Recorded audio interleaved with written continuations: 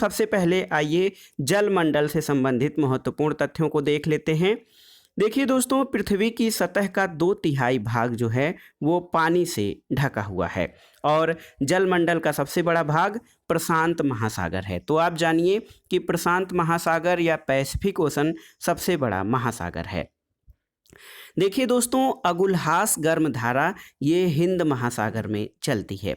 दोस्तों, जलधाराएं ठंडी और गर्म जलधाराएं होती हैं, जिसमें अगुलहास जो जलधारा है ये गर्म जलधारा का उदाहरण है। ये हिंद महासागर में चलती है। और दक्षिण अटलांटिक महासागर की एकमात्र शीतल जलधारा बेंगुला जलधारा है। ब्राज़ील जलधारा ये गर्म जलधारा है और हम्बोल्ट शीतल जलधारा है, याद रखिएगा। गल्फ स्ट्रीम एक महासागरीय जलधारा है। गल्फ स्ट्रीम किस तरह की गर्म या ठंडी जलधारा है आपको बताना है। सागरीय लवणता का प्रमुख स्रोत क्या है? दोस्तों, सागरीय लवणता का प्रमुख स्रोत भूमि है और महासागरों की औसत लवणता 35/1000 है। देखिए दोस्तों, सागरीय जल की लवणता में सोडियम क्लोराइड यानी NaCl, जिसको साधारण नमक कहा जाता है, इसका अधिकतम योगदान है। इसके बाद मैग्नीशियम क्लोराइड का स्थान आता है। दोस्तों, सर्वाधिक लवणता तुर्की की वान झील में 330/1000 पाई जाती है और ग्रेट साल्ट लेक झील जो है ये संयुक्त राज्य अमेरिका में स्थित है। पृथ्वी पर ज्वार भाटा, इसकी उत्पत्ति का प्रमुख कारण क्या है? तो ये सूर्य और चंद्रमा का आकर्षण बल पृथ्वी पर ज्वार भाटा की उत्पत्ति का कारण होता है। इसके अलावा दोस्तों, जब सूर्य, पृथ्वी और चंद्रमा एक सीध में होते हैं तो बृहद ज्वार आता है। विश्व का सबसे गहरा समुद्री गर्त कौन सा है? ये मैरियाना ट्रेंच या चैलेंजर गर्त है, जो प्रशांत महासागर में स्थित है। सुंडा गर्त हिंद महासागर में है और सैंडविच गर्त अटलांटिक महासागर में स्थित है। आइए जान लेते हैं विश्व की प्रमुख नदियों से संबंधित महत्वपूर्ण तथ्यों को। दोस्तों, अमेजन नदी अपवाह क्षेत्र की दृष्टि से विश्व की सबसे लंबी नदी है और नील नदी विश्व की सबसे लंबी नदी है। अमेजन नदी अपवाह क्षेत्र की दृष्टि से विश्व की सबसे लंबी यानी सबसे बड़ी नदी है और नील नदी विश्व की सबसे लंबी नदी है। मिस्र को दोस्तों नील नदी का वरदान कहा जाता है और राइन नदी ये भ्रंश घाटी से होकर बहती है। एक प्रश्न आता है कि कौन सी नदी मकर रेखा को 2 बार काटती है? तो ये है लिम्पोपो नदी। और यूरोप की सबसे लंबी नदी वोल्गा नदी है। दक्षिण अमेरिका की सबसे लंबी नदी अमेजन नदी है और कांगो नदी दोस्तों भूमध्य रेखा को 2 बार काटती है। एक प्रश्न आता है कि भारत में जो कर्क रेखा है दोस्तों, कौन सी नदी कर्क रेखा को 2 बार काटती है? इससे संबंधित प्रश्न भी आता है।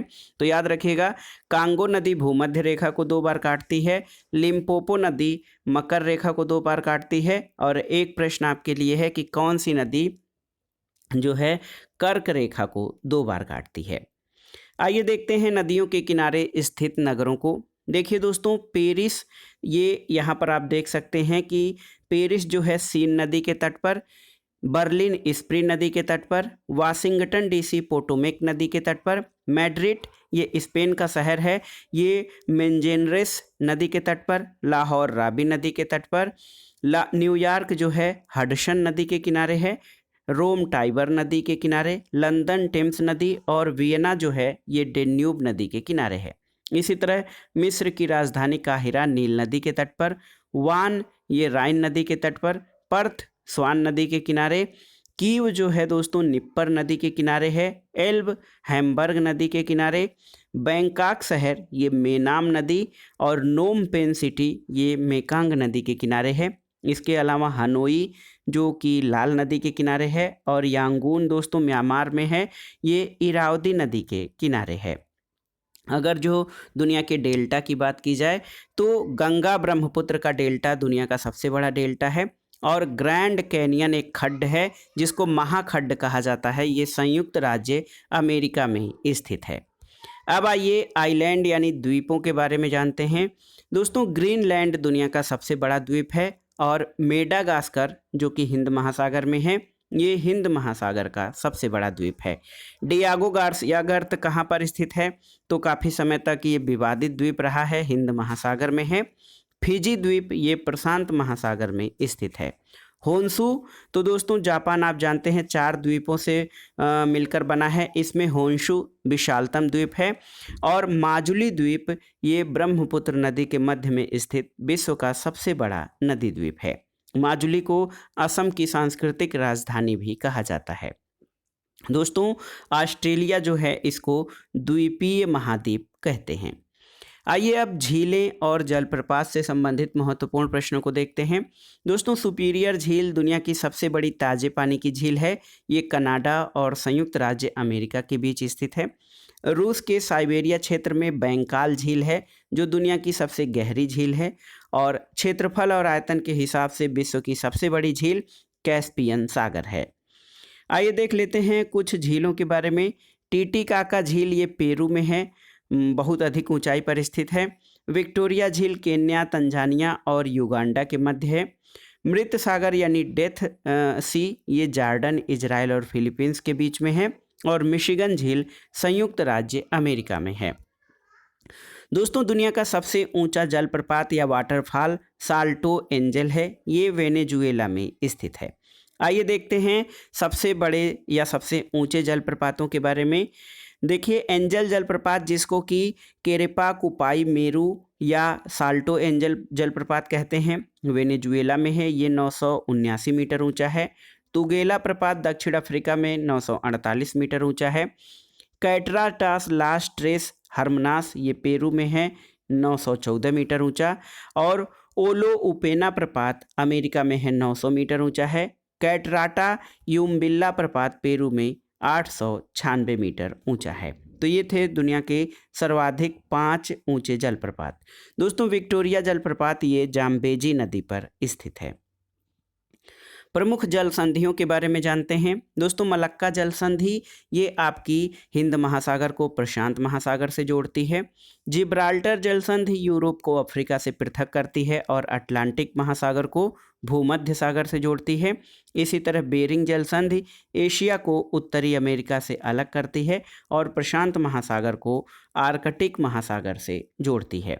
10 डिग्री चैनल अंडमान को निकोबार द्वीप से अलग करता है और डावर जल संधि इंग्लिश चैनल और उत्तरी सागर को जोड़ती है। पाक की खाड़ी दोस्तों ये मन्नार की खाड़ी और बंगाल की खाड़ी के मध्य स्थित है। नहरों के बारे में देखते हैं तो स्वेज नहर लाल सागर और भूमध्य सागर को जोड़ती है। स्वेज नहर दोस्तों दुनिया की सबसे बड़ी पोतवाहक नहर है और पनामा नहर प्रशांत महासागर और अंध महासागर यानी अटलांटिक महासागर को जोड़ती है। देखिए ग्रेट बैरियर रीफ ये जो है मूंगे के चट्टानों की विशाल श्रृंखला है जो ये दोस्तों ऑस्ट्रेलिया के निकट एक प्रवाल भित्ति है। अब आइए एटमॉस्फेयर यानी वायुमंडल से संबंधित प्रश्नों को देखते हैं। दोस्तों पृथ्वी के नज़दीक वायुमंडल में मुख्यतः नाइट्रोजन और ऑक्सीजन गैस पाई जाती है। वायुमंडल में सबसे अधिक नाइट्रोजन गैस जिसकी प्रतिशतता 78.09% है पाई जाती है। पृथ्वी के ऊपर 5 परतें हैं, क्षोभ मंडल, समताप मंडल, मध्य मंडल, आयन मंडल और बाह्यमंडल। एक प्रश्न आता है कि अधिकांश मौसमी गतिविधियां कहाँ होती हैं, तो ये क्षोभ मंडल में होती हैं। समताप मंडल को जेट विमान की उड़ान के लिए आदर्श माना जाता है क्योंकि इस परत में बादल और अन्य मौसमी घटनाएं नहीं होती हैं। ओजोन परत जो है ये समताप मंडल यानी स्ट्रेटोस्फियर में होती है और उत्तरी ध्रुवीय प्रकाश के लिए आयन मंडल जिम्मेदार है। ओजोन परत पृथ्वी पर जीवों की सूर्य से आने वाली उच्च ऊर्जा की परावैंगनिक किरणों यानी अल्ट्रावायलेट रेड से रक्षा करती है। पृथ्वी से ओजोन परत की ऊंचाई 15 से 20 किलोमीटर है। आयन मंडल से रेडियो तरंगों का परावर्तन होता है और इसी से बेतार जो है बेतार के तार का जो संचरण है वो संभव है। संचार उपग्रह बाह्य मंडल में स्थापित किए जाते हैं और ओजोन क्षेत्र या ओजोन परत क्षरण की जो बात की जाती है वो अंटार्कटिका के ऊपर स्थित है। सूर्यातप के बारे में जानते हैं तो दोस्तों पृथ्वी को सूर्य से प्राप्त ऊष्मा को सौर विकिरण कहते हैं। पृथ्वी पर सबसे उच्चतम तापमान 20 डिग्री उत्तरी अक्षांश पर रिकॉर्ड किए जाते हैं और विकिरण के कारण साफ रातें मेघीय रातों यानी बादल वाली रातों की अपेक्षा ठंडी होती हैं। चक्रवात के बारे में जानते हैं दोस्तों। चक्रवात सामान्यतः निम्न दाब के केंद्र होते हैं जिनके चारों ओर समवायु दाब रेखाएं विस्तृत होती हैं। टॉर्नेडो बहुत ही प्रबल उष्णकटिबंधीय चक्रवात है। आइए चक्रवात का नाम और उनसे संबंधित देशों के बारे में जानते हैं। तो दोस्तों विली विली चक्रवात ये ऑस्ट्रेलिया में आता है, टाइफून चीन में, हरिकेन संयुक्त राज्य अमेरिका में, और चक्रवात नाम इसका साइक्लोन या चक्रवात भारत में, और बागियो चक्रवात ये फिलीपींस में आता है। बैरोमीटर में पारे के तल की अचानक गिरावट तूफान आने का सूचक है। ग्रीष्मकाल में दोस्तों आर्द्र उष्मा का अनुभव होता है जब मौसम उमस वाला होता है, और विषुवत रेखा के दोनों तरफ 30 से 35 डिग्री अक्षांश को अश्व अक्षांश या हार्स लैटिट्यूड कहा जाता है। यहाँ पर उच्च वायुदाब पाया जाता है। ग्रीष्म ऋतु में वायुदाब सबसे कम होता है, और वर्षा स्तरीय बादल अधिक तीव्र वर्षा के लिए जाने जाते हैं, जिनको कपास स्तरीय मेघ भी कहा जाता है। दोस्तों पच्छाभ स्तरीय सर्वाधिक ऊंचाई के बादल होते हैं। हवाओं के बारे में जानते हैं तो फेरल के नियम के अनुसार हवाएं उत्तरी गोलार्ध में दाहिनी ओर और दक्षिणी गोलार्ध में बाईं ओर मुड़ जाती हैं। तूफानी चालिसा 40 डिग्री से 60 डिग्री दक्षिणी अक्षांश के मध्य चलने वाली समुद्री हवाएं होती हैं, और व्यापारिक पवने या ट्रेड विंड्स दोस्तों ये उच्च दाब क्षेत्र से भूमध्य सागर की ओर चलने वाली पवने हैं। मौसमों का या पवनों का मौसमी उत्क्रमण मानसूनी जलवायु का अभिलक्षण है। कुछ स्थानीय हवाओं के बारे में जानते हैं। दोस्तों फान जो है ये स्विट्जरलैंड की स्थानीय पवन है, सिमोक अरब रेगिस्तान में चलती है, सेंटा एना कैलिफोर्निया संयुक्त राज्य अमेरिका में, जोंडा अर्जेंटीना में, चिनूक ये संयुक्त राज्य अमेरिका में, सिराको पवन सहारा मरुस्थल और इटली में चलती है, और नार्वेस्टर ये भारत और न्यूजीलैंड में चलने वाली स्थानीय पवनें हैं। इटली में दोस्तों रुधिर वर्षा होती है, और इसका कारण रेत भरी हवा सिराको है, जिसके कारण वर्षा में घुलकर ये लाल रंग की वर्षा करती है। वन तो सदाबहार वर्षा वन जो हैं ये ब्राज़ील में पाए जाते हैं। भूमध्य रेखा के निकट उष्णकटिबंधीय वन पाए जाते हैं। पृथ्वी पर सर्वाधिक घने वन विषुवत रेखा के पास पाए जाते हैं, और दुनिया के सबसे बड़े और घने वन ब्राज़ील में स्थित हैं। और आप जानते हैं दोस्तों शंकुधारी वन या अधिक ऊंचाई पर पाए जाने वाले वन शंकुधारी वन जो कि शीतोष्ण क्षेत्र में पाए जाते हैं। जलवायु के बारे में जानते हैं तो दोस्तों अक्षांश मुख्य कारक है जो किसी क्षेत्र की जलवायु को निर्धारित करता है, और पृथ्वी के लगभग 1/3 भाग पर शुष्क क्षेत्र का विस्तार है। विषुवत रेखा के उत्तर और दक्षिण में 5 से 10 डिग्री अक्षांश तक विस्तृत भूभाग को विषुवत रेखी प्रदेश कहते हैं, और भूमध्य सागरीय क्षेत्रों में शीत ऋतु में दोस्तों भारी वर्षा होती है। मिट्टी के बारे में जानते हैं तो मृदा निक्षालन उष्णकटिबंधीय वर्षा वनों की गंभीर समस्या है, क्योंकि वहाँ पर मृदा निक्षालन होता है। इसके अलावा दोस्तों आप जान सकते हैं कि यहाँ पर आप देखिए कि काली मिट्टी मुख्यतः कपास के लिए सर्वाधिक उपयुक्त है। इसको ब्लैक मृदा या कपासी मृदा भी कहते हैं। जलोढ़ मृदा दोस्तों ये धान की खेती के लिए सर्वाधिक आदर्श मृदा होती है। और देखिए लाल मिट्टी में लाल रंग का कारण आयरन ऑक्साइड होता है। मरु क्षेत्र में वन रोपण यानी जो है वनों को लगाकर आप जान सकते हैं दोस्तों वनों को लगाकर ये मृदा अपरदन को रोका जा सकता है। जनजातियों से संबंधित प्रश्नों को देखते हैं तो दोस्तों खानाबदोश जनजाति के लोग सर्वाधिक शुष्क क्षेत्र में पाए जाते हैं। क्रो मैग्नन मानव को सबसे नवीनतम मानव समझा जाता है, और अफ्रीका महाद्वीप को मानव जाति का जन्मस्थल कहते हैं। जिप्सी लोगों का मूल स्थान भारत है, और पिग्मी जनजाति कांगो नदी बेसिन में पाई जाती है। आइए देखते हैं जनजातियां और उनसे संबंधित प्रमुख क्षेत्रों के बारे में। तो दोस्तों आप जान सकते हैं एस्किमो जनजाति ठंडे प्रदेशों में अलास्का, कनाडा, ग्रीनलैंड में पाई जाती है। ओरांव भारत में, बुंदू पश्चिमी अफ्रीकी क्षेत्र में, बुशमैन बोत्सवाना प्रदेश में, और बद्दू जनजाति सऊदी अरब में पाई जाती है। मसाई केन्या में, सेमांग जनजाति मलेशिया में, वेद्दा श्रीलंका में, और ऐनू जापान में पाई जाने वाली जनजाति है। इसके अलावा दोस्तों पपुआंस ये न्यूगिनी में पाई जाने वाली जनजाति है। किर्गिज मध्य एशिया में पाई जाती है, और रेड इंडियंस उत्तरी अमेरिका में पाए जाते हैं। माओरी जनजाति आपकी न्यूजीलैंड में, और मायाज ये ग्वाटेमाला में पाए जाते हैं। अब आइए देख लेते हैं दोस्तों विविध प्रकार के प्रश्नों को। विश्व में सर्वाधिक बोली जाने वाली भाषा या सबसे अधिक लोग बोलते हैं किस भाषा को, तो ये आप देख सकते हैं कि ये मंदारिन या चीनी है। विश्व में सर्वाधिक गेहूं उत्पादक देश चीन और भारत हैं, और चीन और भारत दुनिया में चावल उत्पादन में पहले और दूसरे स्थान पर हैं। संकर धान या हाइब्रिड धान की खेती चीन में सर्वाधिक लोकप्रिय है, और विश्व में गन्ने का सबसे बड़ा उत्पादक देश ब्राज़ील है दोस्तों। चुकंदर के 2 सबसे बड़े उत्पादक रूस और फ्रांस हैं, और इसी तरह विश्व में सबसे अधिक कपास का उत्पादन चीन में होता है। इसके अलावा आप देख सकते हैं कि दोस्तों भारत विश्व में केले का सबसे बड़ा उत्पादक है, और विश्व में नारियल का सबसे बड़ा उत्पादक इंडोनेशिया है। तंबाकू उत्पादन में सबसे बड़ा उत्पादक देश चीन है। संयुक्त राज्य अमेरिका विश्व में सोयाबीन का सबसे बड़ा उत्पादक है। विश्व में कच्चे रेशम का सबसे बड़ा उत्पादक चीन है, और थाईलैंड प्राकृतिक रबर का सबसे बड़ा उत्पादक है।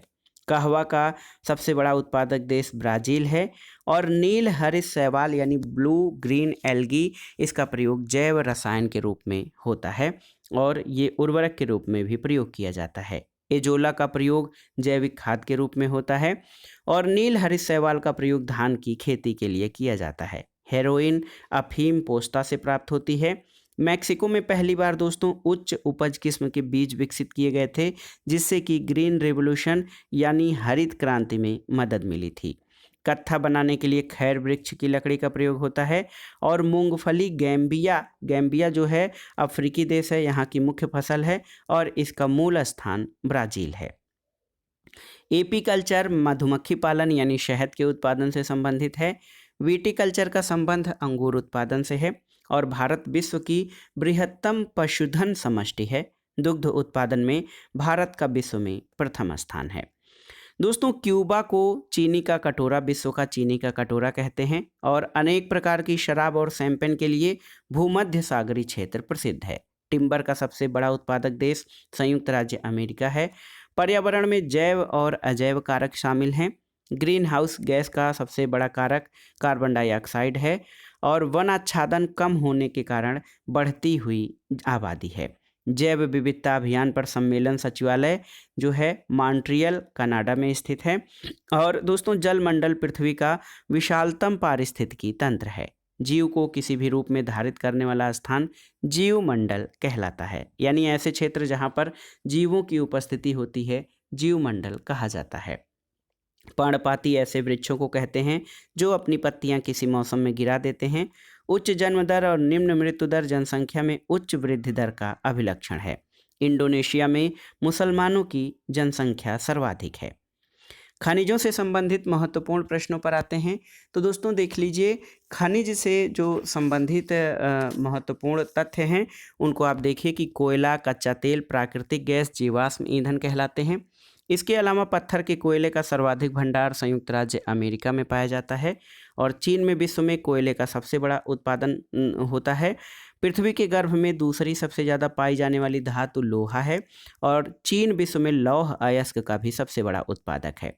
तांबा अयस्क का सबसे बड़ा उत्पादक देश आप जानते हैं चिली है, और स्वर्ण भंडार सर्वाधिक ऑस्ट्रेलिया में है। जोहानसबर्ग दक्षिण अफ्रीका सोना और हीरा खनन के लिए दुनिया भर में प्रसिद्ध है। मैक्सिको चांदी का सबसे बड़ा उत्पादक है। एल्यूमिनियम का सबसे बड़ा उत्पादक देश चीन है, और चीन विश्व का सबसे बड़ा टिन उत्पादक देश भी है। पेट्रोलियम का सबसे बड़ा उत्पादक देश यूएसए है, हालांकि ये जो डेटा है बदलता रहता है। और दोस्तों वेनेजुएला में कच्चे तेल का विश्व में सबसे बड़ा प्रमाणित भंडार है। कजाकिस्तान यूरेनियम का सबसे बड़ा उत्पादक देश है, और विश्व में यूरेनियम के सर्वाधिक भंडार ऑस्ट्रेलिया में हैं। यूरेनियम सिटी कनाडा में स्थित है, और रेडियम दोस्तों पिच ब्लेंड खनिज से प्राप्त होता है। आइए देखते हैं प्रमुख खनिज और उनके संबंधित देश। तांबा तो जाम्बिया कटंगा पठार से, मैग्नीज गैबन से, बॉक्साइट गुयाना से, लौह अयस्क मेसाबी रेंज से, और खनिज तेल मोसुल क्षेत्र से। सोना दोस्तों ट्रांसवाल और कालगुरली से। यूरेनियम पोर्ट रेडियम से। तंबाकू और पेट्रोलियम जो है बाकू क्षेत्र से, और हीरा किम्बरले की खानों से प्राप्त किया जाता है। इसके अलावा विश्व में बॉक्साइट का सबसे बड़ा उत्पादक देश ऑस्ट्रेलिया है। चीन टाइटेनियम का सर्वाधिक उत्पादक देश है। हीरे का सबसे बड़ा उत्पादक देश रूस है। तो रूस, बोत्सवाना और दोस्तों रूस और बोत्सवाना, इसके अलावा कांगो हीरे के सबसे बड़े उत्पादक देशों में हैं। एंथ्रेसाइट उच्चतम कोटि का कोयला है और जल विद्युत को श्वेत कोयला यानी व्हाइट कोल भी कहा जाता है। बॉक्साइट एल्यूमिनियम का अयस्क है और पेट्रोलियम उत्पादक देशों के संगठन ओपेक का मुख्यालय वियना में है। विश्व में ऊन का सबसे बड़ा उत्पादक देश ऑस्ट्रेलिया है। आइए देखते हैं प्रमुख नगर और उनसे संबंधित उद्योगों के बारे में। तो दोस्तों पिट्सबर्ग जो है ये लोहा इस्पात उद्योग के लिए प्रसिद्ध है। संघाई सूती वस्त्र उद्योग, डुंडी जूट वस्त्र उद्योग और सेंट पीटर्सबर्ग पोत निर्माण के लिए, लॉस एंजलस हवाई जहाज निर्माण के लिए, आबादान तेल शोधन संयंत्र के लिए, नागोया दोस्तों ये जापान का शहर सूती वस्त्र और ऑटोमोबाइल उद्योग के लिए प्रसिद्ध है। इसके अलावा मैग्नीटोस्क लोहा इस्पात के लिए, ओसाका वस्त्र उद्योग के लिए और याकोहामा पोत निर्माण, ह्यूस्टन तेल और प्राकृतिक गैस के लिए। इसके अलावा क्यूबा की राजधानी हवाना सिगार उत्पादन के लिए और अनसन जो कि चीन में है लौह इस्पात उद्योग के लिए प्रसिद्ध है। मिलान ये इटली का शहर है रेशम वस्त्र उद्योग के लिए, शेफील्ड कटलरी उद्योग के लिए और वेनिस कांच निर्माण उद्योग के लिए, मास्को मशीनरी रसायन और धातु उद्योग के लिए और ग्लासगो पोत निर्माण उद्योग तथा ओटावा कागज निर्माण उद्योग के लिए प्रसिद्ध है। परिवहन की दृष्टि से अगर जो देखा जाए तो दोस्तों ये बहुत ही महत्वपूर्ण है। परिवहन की दृष्टि से अगर हम देखें तो विश्व का सर्वाधिक व्यस्त महासागरीय मार्ग उत्तरी अटलांटिक महासागर है। लुफ्थांसा जर्मनी की विमान सेवा कंपनी है और विश्व में रेलवे की सर्वाधिक लंबाई संयुक्त राज्य अमेरिका में है। गोहथार्ड सुरंग स्विट्जरलैंड में विश्व की सबसे लंबी रेल सड़क सुरंग है। कंटेनर क्षमता के अनुसार दुनिया का सबसे बड़ा पत्तन संघाई पत्तन है और सेंटोस बंदरगाह को विश्व के काफ़ी बंदरगाह के रूप में जाना जाता है। आइसोबाथ रेखाएं क्या होती हैं? तो ये जल के भीतर समान गहराई के बिंदुओं को मिलाने वाली रेखाएं आइसोबाथ हैं। समान वायुदाब वाले क्षेत्रों को मिलाने वाली रेखा को आइसोबार कहते हैं और समान वर्षा वाले स्थानों को मिलाने वाली रेखाओं को दोस्तों आइसोहाइट कहा जाता है। इसी तरह समान लवणता वाले रेखाओं को मिलाने वाली रेखा को आइसोहेलोइन कहते हैं और आइसोथर्म एक समान तापमान वाले स्थानों को जोड़ने वाली रेखाएं हैं। संसार के सर्वाधिक महत्वपूर्ण मत्स्यन क्षेत्र उन क्षेत्रों में पाए जाते हैं जहां ठंडी और गर्म जलधाराएं मिलती हैं। देखिए दोस्तों ग्रैंड बैंक अत्यधिक महत्वपूर्ण मत्स्य ग्रहण क्षेत्र है जो उत्तरी अमेरिका के पूर्वी तट पर उत्तरी अटलांटिक महासागर में है। दोस्तों दुनिया में पहला परमाणु बिजली घर संयुक्त राज्य अमेरिका में लगाया गया था और विश्व में मदिरा का बृहत्तम उत्पादक फ्रांस है। विश्व की सबसे अधिक ऊंचाई पर स्थित दूरबीनी वेधशाला भारत में है। यूरोपीय संघ का मुख्यालय ब्रुसेल्स बेल्जियम में है। अंतर्राष्ट्रीय न्यायालय आप जानते हैं द हेग नीदरलैंड में है और FAO यानी फूड एंड एग्रीकल्चर ऑर्गेनाइजेशन खाद्य और कृषि संगठन इसका मुख्यालय रोम में स्थित है। सार्क यानी दक्षेस का मुख्यालय काठमांडू में है और पीसा की झुकी हुई मीनार जहां से गैलीलियो ने कई प्रयोग किए थे ये इटली में स्थित है और एलेसी पैलेस फ्रांस में है। चेरनोबिल परमाणु आपदा दोस्तों यूक्रेन में हुई थी। केप ऑफ गुड होप जिसको आशा अंतरिप कहते हैं इसकी खोज बार्थोलोमेव डियाज ने की थी। अमेरिका की खोज कोलंबस ने की और अमेरिगो बुस्पी के नाम पर इसका नाम अमेरिका पड़ा था। दोस्तों उत्तरी ध्रुव में भारत के अनुसंधान केंद्र का नाम हिमाद्री है। दक्षिणी ध्रुव की खोज एम एंडरसन ने की थी और दक्षिणी ध्रुव पर भारत के अनुसंधान केंद्र भारती दक्षिण गंगोत्री हैं।